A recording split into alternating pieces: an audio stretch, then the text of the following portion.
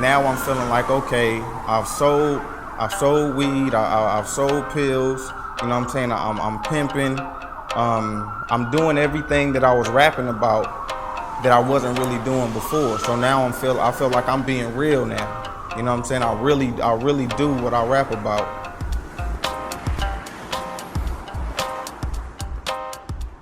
I grew up in Cudahy, California, real small hood. My mother raised me primarily. My father stayed in Compton, California. So I would go back and forth, go to Compton for the summer, come back. Like, we were poor, but I didn't know we were poor. Like, you'd ask me, I'd have thought we was rich because my mom was making it happen. You know what I'm saying? Like, I didn't know we was on Section 8. I didn't know any of that stuff until later down the line. When I was around like 9, I went to the Children's Museum and they had like a little recording studio in there. And my little young behind ran up in the studio, up in the booth, and rapped the whole I Get Around record, the Pac song.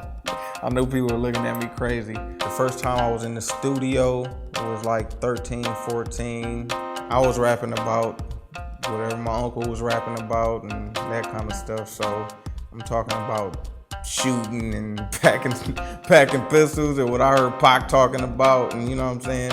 You should have known when you made an enemy out of me. Because they take a shot at me, probably gotta bleed. I lost my modesty along with all my care to die. Lavish pimping, prepared to ride on those that dare to try. I never cry, all my tears that made a transformation. The bullets flying through the air and yelling out frustration.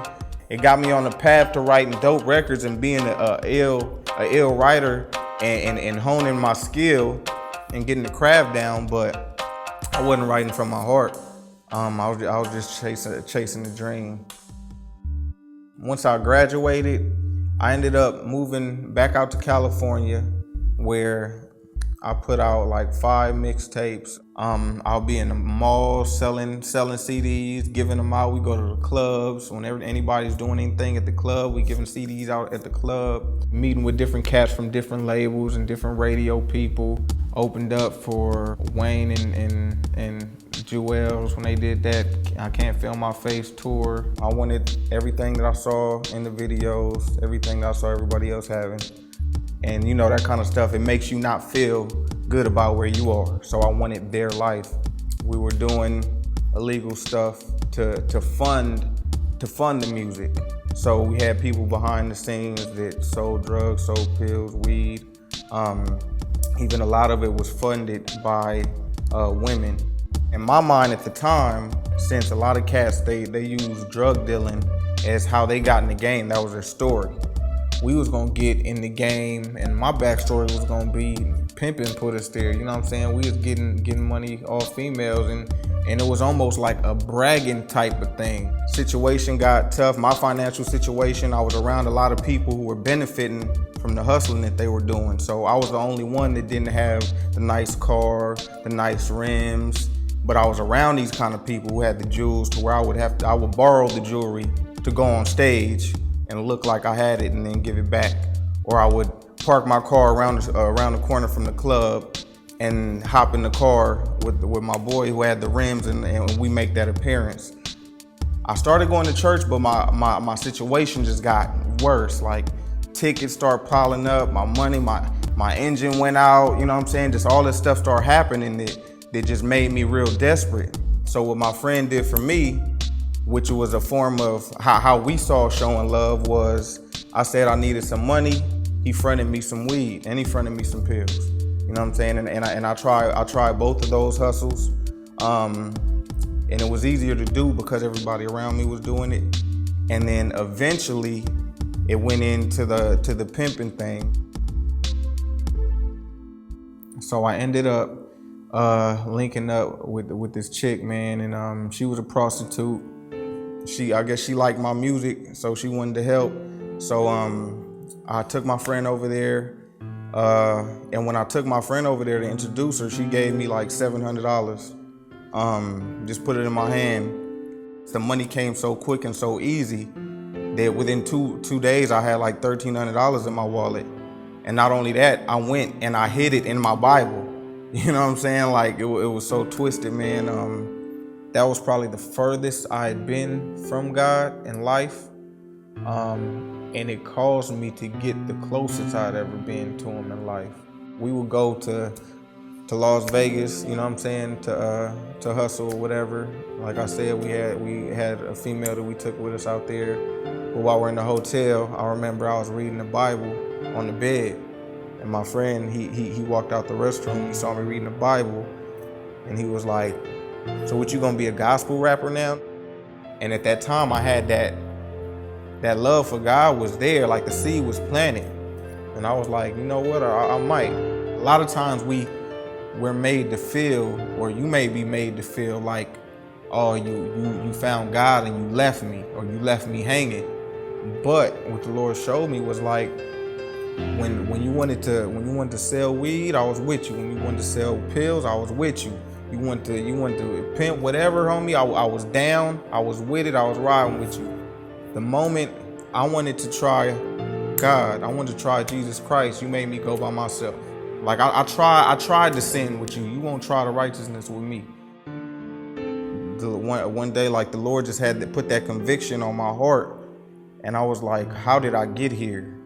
Like I was never, you know what I'm saying? I always had respect for women. I would have never in a million years did that or respected anybody else doing that. But since that's what was funding my dream at the moment, it became okay. You know what I'm saying? I gave it a pass. It's almost like you go to the beach, you get in the water, and you don't notice how far you're getting from the shore until one minute you look up and you're like way out there in the deep. And I saw how easy it was for me to slip and not notice how far I was from him. And it wasn't until I really looked at Jesus Christ and saw what true righteousness was that I saw how filthy I was. But that was the defining moment, and that's what led to God over money. And it's so crazy the way the Lord flipped it, because lavish, our whole thing, we was about balling, living a luxurious life, a plush lifestyle, stunting, you know what I'm saying? Money, cars, clothes, like that was our image. That's why I had to borrow the chains and we had to pull up in nice whips. So for it to be God over money now, man, it is so crazy, you know what I'm saying? When I decided to really do it for the Lord, I had no resources, you know what I'm saying? Like, I was like, okay, I'm a rap for him, but I don't know how. Like, I don't have no money for studio time. I had nobody to mix the records. An engineer, my dude Frank Biggs, hit me from Brooklyn, New York. He came out the blue like, yo, whatever you need me to mix, master, I got you, no charge, I'm behind the movement. Boom, that resource came. Boy Wonder comes out the blue, you know what I'm saying? And he's just won 2 Grammys, produced for Eminem, Drake, a lot of different cats. But he comes out the blue, man, like, yo, I'm a believer. I'm a believer, man. I always felt like somebody would come along and do it big for the kingdom, and I believe that you're that dude. You know what I'm saying? So I wanna produce your album free of charge. You know what I'm saying? So that came like the Lord to just bring all the stuff that I felt that we had to go and cut corners and scheme to get money to pay for. The Lord brought these things without me having a dime. He just sent them my way, and people start coming out the blue. People still coming out the blue. You feel like you have to play by Satan's rules in order to get where you want to go. And then you say, you know what, forget it. I'm just about to go without it just to follow God. And then God brings it anyway, man. So praise God for that. And now, Tough Love and Parables did good. Just dropped Best of Both Worlds album today. And that's doing well already, man. In my life, like, I got a wife and I got an 11-month-old son, and I'm happy.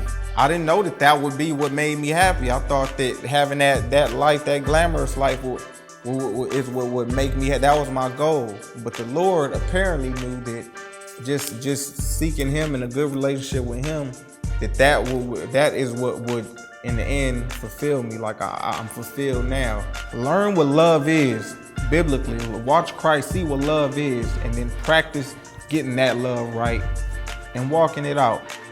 I've been there. I fell, I went against everything I stood for. I sold out, you know what I'm saying? So, and I'm not doing it again, period. My name is Bizzle, this was the truth, and I dare you to live it.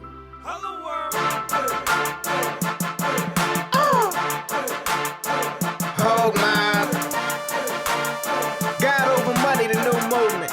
Let's go. It's Bizzle, consider me a G-O-M-er. We the team, Christ be the king forever. They sell greed as need, but we know better. Tell the enemy that he can get an E forever. I know you got bills, dog, but we all got them. And that don't stop y'all from hitting the mall shopping. So you break the law to get what you can't afford. Cause the latest song says you're nothing unless y'all got it. That's what I call bondage, and I'm free from it. I mean, I need money, but I don't need money. Cause understand it when the famine hits and no one to sell they food, and people will see they can't eat money. I am a G-O-M-er, courtesy of G-O-D forever. It's God over money and money over nothing. It only got the power that you give it when you love it. It's just paper, can't you see it's just